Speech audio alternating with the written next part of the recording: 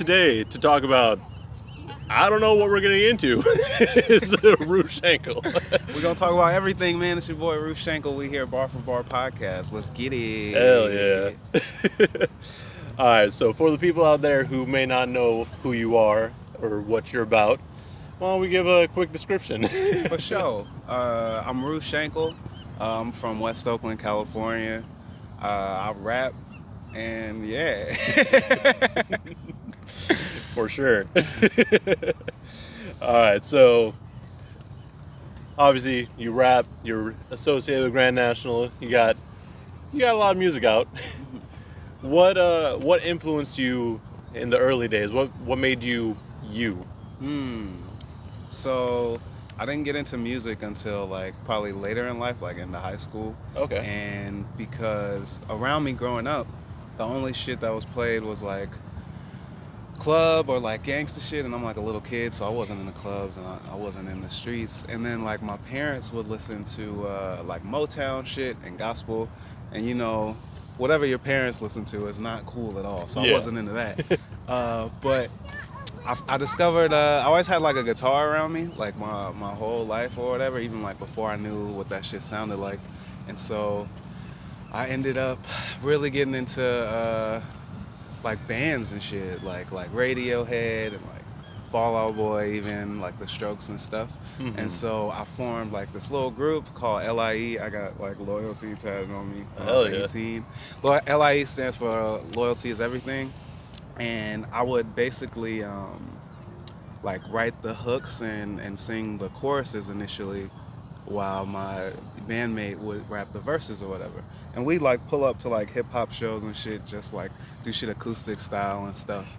And throw everyone off. Absolutely. Nah, we were completely out of place and we were trash as fuck.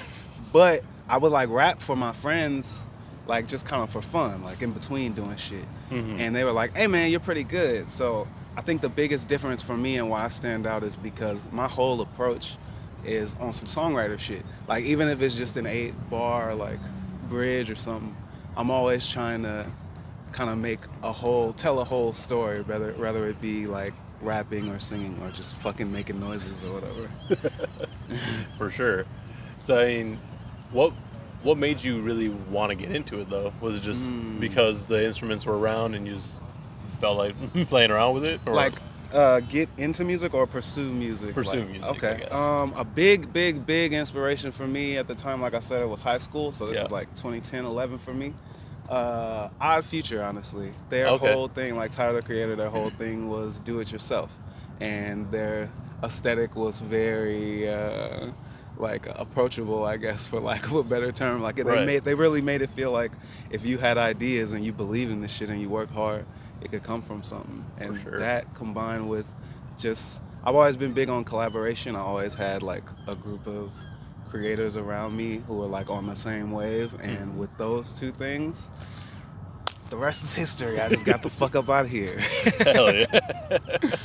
No, I feel it because Odd Future, like they started coming up in high school for me too. So it's like you see basically people your age doing stuff and having fun with it. So why not? Absolutely, man.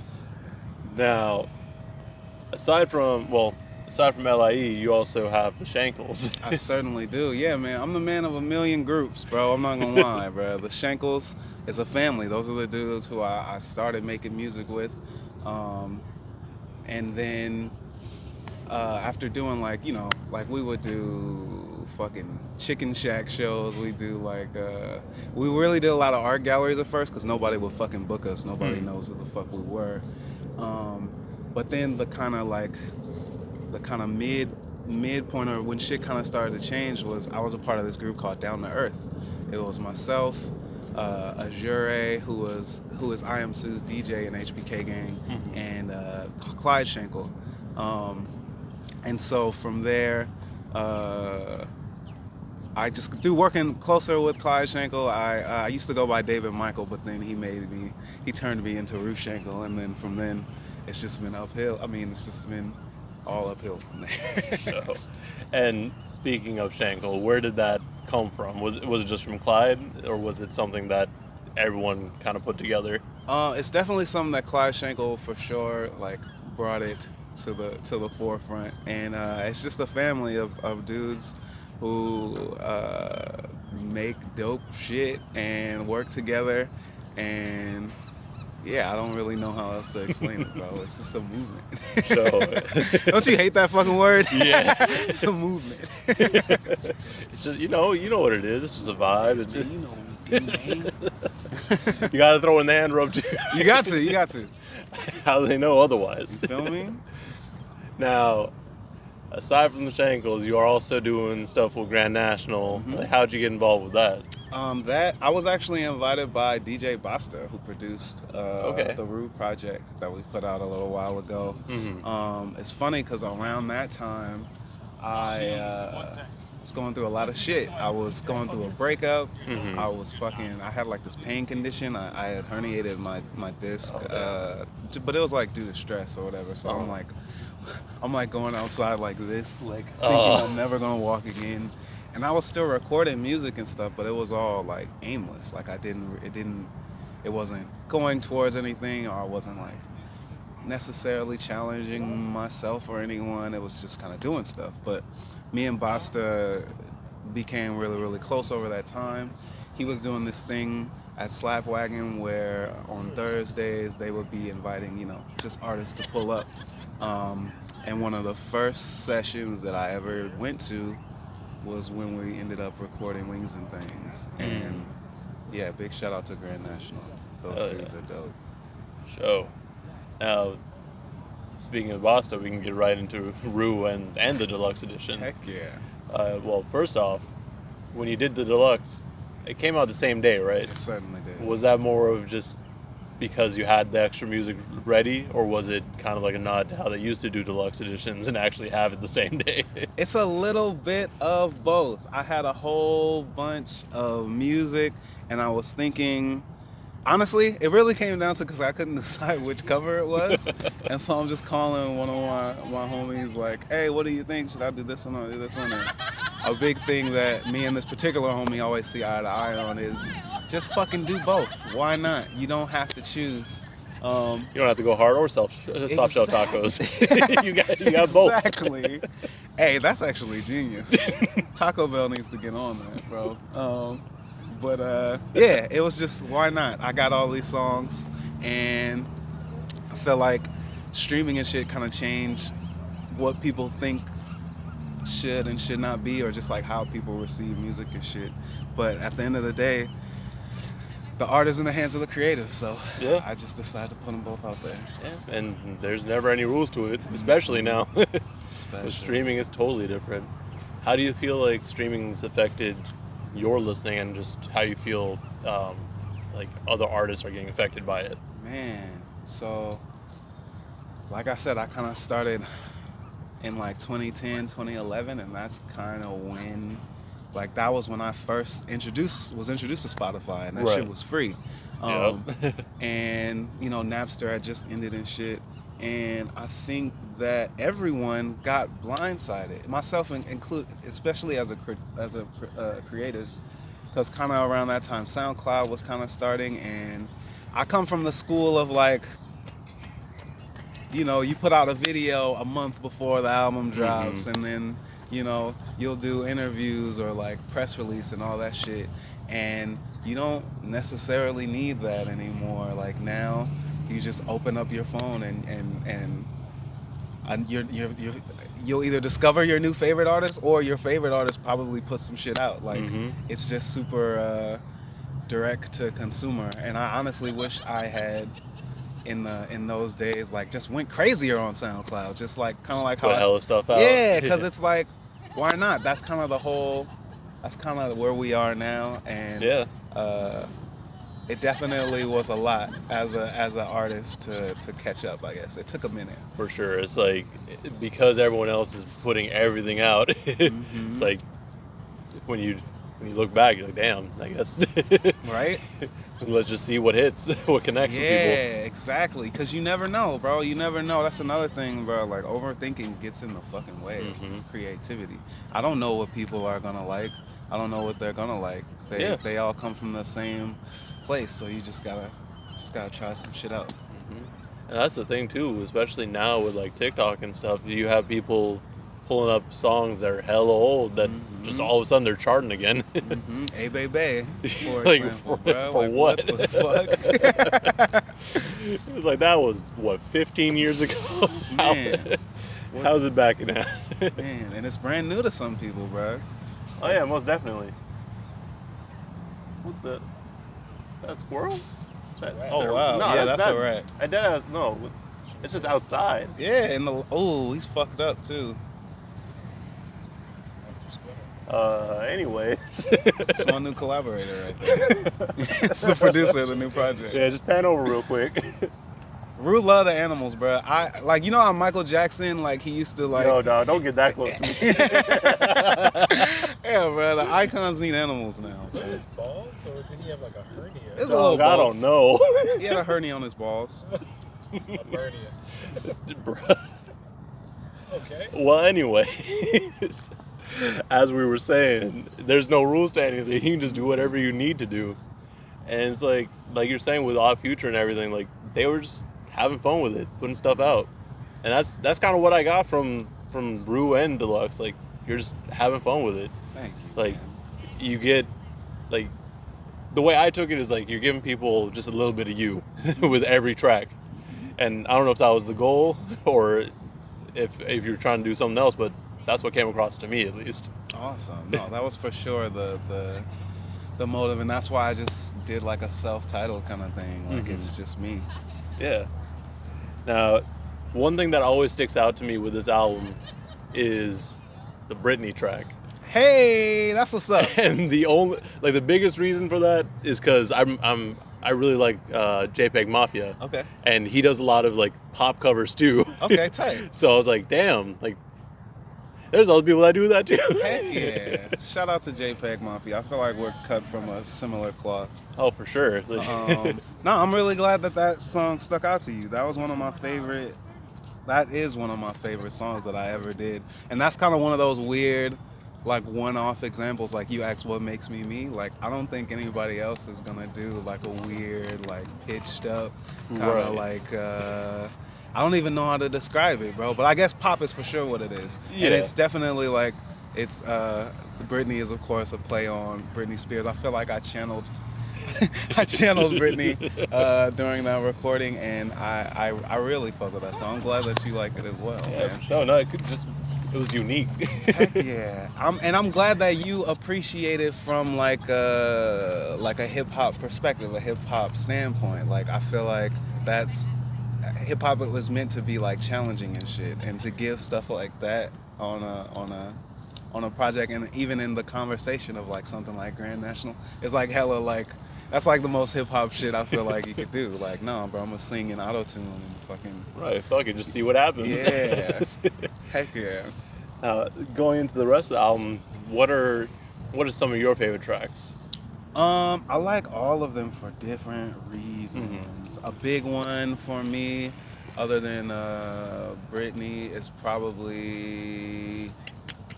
I have so much music, so it's like hard to think. Rainbow Six, I really like, just cause it was like the first song, like sampled, like slowed down, and like I feel like I'm really giving them bars and shit. It's like dark and spooky. Every time I see that title, I immediately think of the Rainbow Six games. Exactly. Yeah, that's what it's supposed to be. Violence. All that good shit. Guns and stuff. Hell yeah. What about you? Any other standouts I could maybe speak on? Shoot, I mean, for me, starting off with radio, Okay. it was just a really solid intro. Heck yeah. Because like for me, it's the bass line. Like, it's different from everything else on the album too. It's a great way to draw people in. Heck yeah. And like for me, like I usually send a bunch of music to one of my friends, and he's like, "Man, every time you have someone from the Bay, they just know what they're doing with an intro." Heck yeah, that's good. Like, Let's keep that trend going. Most definitely. That was like one of the first songs that we ever did. That song is probably from like 2018 or 17 or something. Oh, okay. One of the first times me and Basta actually sat down and did something. It went through a bunch of changes, lyrically and like production wise, but I think we got it right, and Monty Draper fucking killed it, of course. Yeah, I mean, without a doubt, that's gonna happen. Absolutely. Oh man, the rest of the album, you had Clouds and Excited really flow well together, Awesome. and it's like I like Excited, and having Ian Kelly is always gonna do well. It certainly is. Like, I know you were working with Boston for this whole thing. Was it just kind of both of y'all in the studio the entire time together for all of it, and then you had the features come in also, or was it just kind of split up and all that? A lot of times it was me, Basta, and SK for sure, Sure. and Brian C. Simmons was there for a good portion of it as well, and Lucky Shankle is all over that motherfucker. Yeah. And yeah, I'm really big, like when I'm in a project, I really like to dial in with the producer and the collaborators. Like, it's very important for me that we like have like a conversation or like hang out or connect on a level outside of music, and then hopefully that chemistry kind of translates on the record as well. No, that makes sense, because a lot of times you have collaborative projects where you can kind of tell where it's just the producer was sending beats over versus like they're in the studio together. And I mean, even still, you're gonna get a more solid project because it's just two people working on it. But when you're actually in the same room, for sure, it's different. It's a big difference. And if you're like friends or like you fuck with each other, or just like how it's just if you work well together, chemistry is no other way to put it. Right? Yeah, of course. Some of the other singles that came out for the album was Gyrate with Jane Hancock. Yes, sir. Hey, that's I'm very, very proud of that record. Jane Hancock is fucking amazing, super talented. I wish to one day be a fraction as gifted as she is, and that's like that energy is like how, because I'm really big on performances. Like, I love jumping around and yelling at people, and that fucking song is like perfect for that. And I like that it's got that it's new and it's old at the same time. Like, I like mixing shit up, something that you're familiar with, something you've never heard at the same time. Right. And then you just mentioned how you like to kind of jump around and be wild. You see that when you perform too. Oh yeah, no, performing is my shit. Like, if the sound is right and I'm going to yell. I'm like a fan first, so I feel like if I'm having fun, hopefully the audience is having fun with me. So right, you definitely like to bring that energy. For sure. I mean, when you're at the Academy of Sciences a few months back, like you could tell you were having fun. Yeah, bro. I gotta be like contained and use my inside voice any other time. I feel like a little kid when I'm up there, and it's like it's the ultimate freedom. I hella fuck with performing. Yeah. And speaking of performing, I don't know if you've performed recently or anytime since, or do you have anything planned? Yeah. So in August, I'm doing a show with the guys, man. It's kind of like a Academy of Science kind of thing. Black Achilles.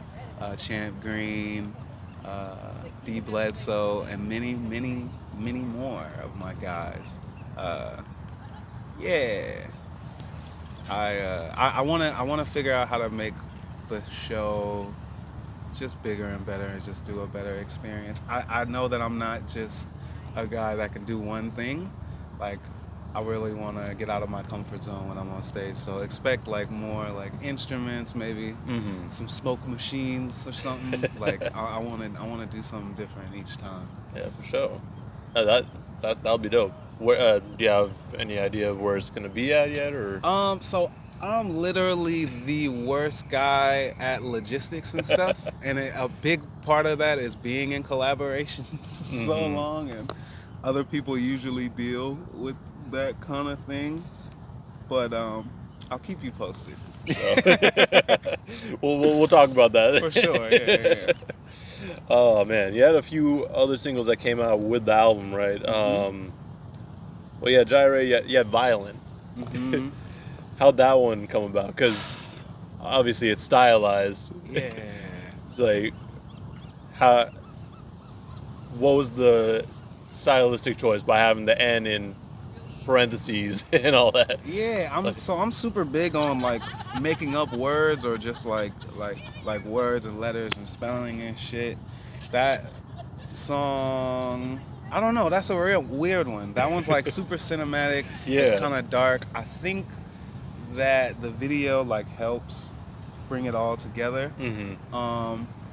I don't really know how to describe that one, bro. Like I just get in the studio and it's almost like playing characters, and that was Mhm. like how we approached it in the video. Like me, it's like Russian roulette with myself, kind of. Uh-huh. That's kind of how I was feeling at the time. Nice. We got through a bunch of Roux and a little bit of Deluxe, but who did you collab with on this project? Oh, outside of Basta, obviously, that you're really excited about. Like, what's your favorite featured verse, I guess? Because you worked with a lot of people on it. Because we had Monty, we had Kev, Password was on there, Cham Green, of course. Man, that's a really tough question because everybody's so good. Yeah. I will say that I am a big fan of the artist Monty Draper. Mm-hmm. That's why he is on there twice. I'm a big fan of Roux Shankle. That's why he's all over that everywhere. motherfucker. Yeah, and Clyde Shankle is on 2 songs as well.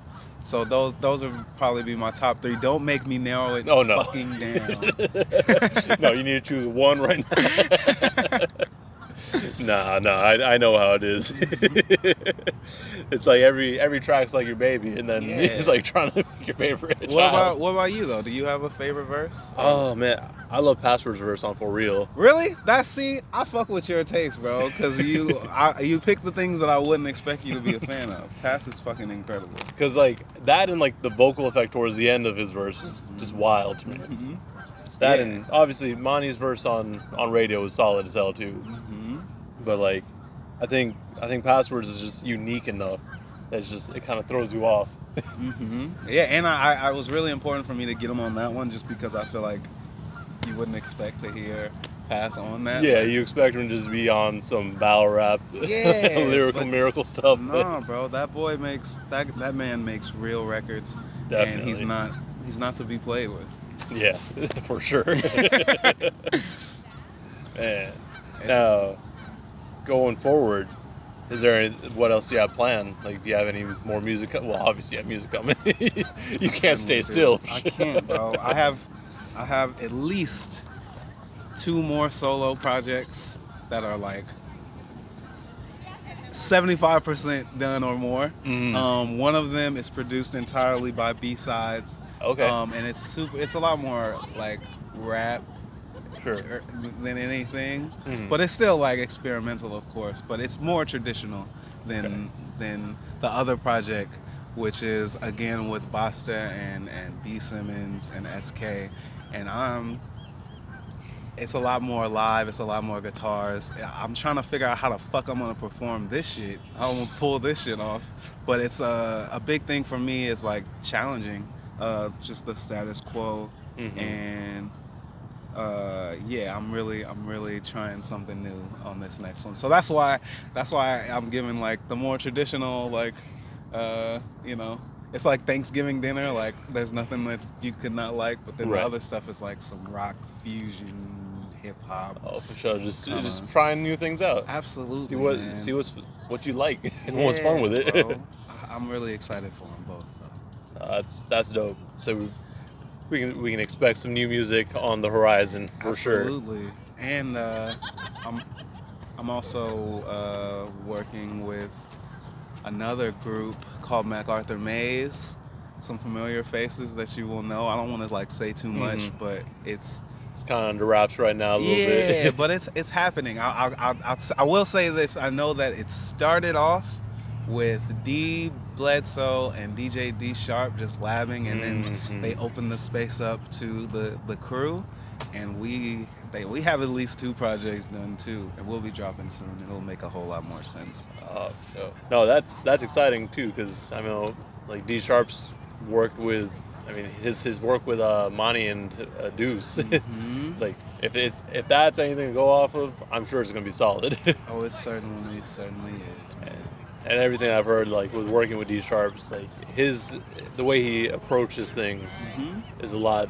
It's a little more unique Absolutely, because man. like he's the type of person. He's like he'll mix everything and then take it to the truck and make sure it sounds good there. For sure, bro. Straight to the Tesla speakers. Yeah. So you can't just rely on the headphones. You can't rely on the monitors. You got to hear how it sounds outside. That's exciting. Yeah, man. No, he's just got hella energy as a DJ and as a producer. Like, Right. He has a vibe. I told him one time, like, bro, you remind me of like a New York nigga. I don't know why. Maybe it's just because you're so expressive, but no, I'm a big fan of Sharp. For And sure. he's always got the energy, especially at the Warriors games. Specifically at those, you gotta have it there. Yeah, if you don't, like, what are you doing?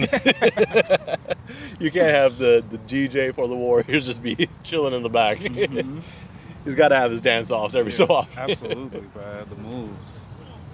And so we got some new music on the horizon with 2 solo projects, a collab project. We got a show coming. Man, you're a busy person to say the least. Trying to be, man. Trying to be. Thankfully, it gets a lot easier when you have just a network of people on the same shit and that you respect and you're fans of. For and sure. I feel like when I first started, I was like a little kid, didn't know shit about anything, and my circle was the same thing. So there wasn't a whole lot to pick up, but between like working with Basta and SK and Brian and Kate Lamont, all of these people, like they're just like, and even everyone, like Yeah. they're just so respectable and like they know what they're doing, that there's a lot to pick up and learn. It's like a steel sharpens steel type of situation.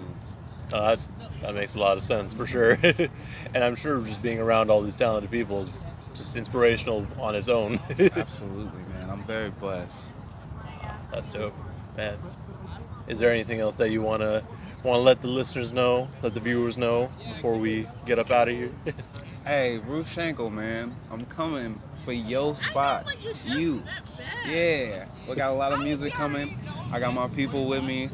And I'm just taking it day by day, man. Expect some new stuff, some shit you didn't expect. Bar for Bar podcast will keep you updated on all the good shit. Most definitely. So make sure you listen to ROUX and the Deluxe Edition, both on streaming and everywhere. And, we'll let you know when new music's coming out. We got to. My guy. Thank you. Heck yeah, bro. This is dope. No, I appreciate you, man. Oh, for sure.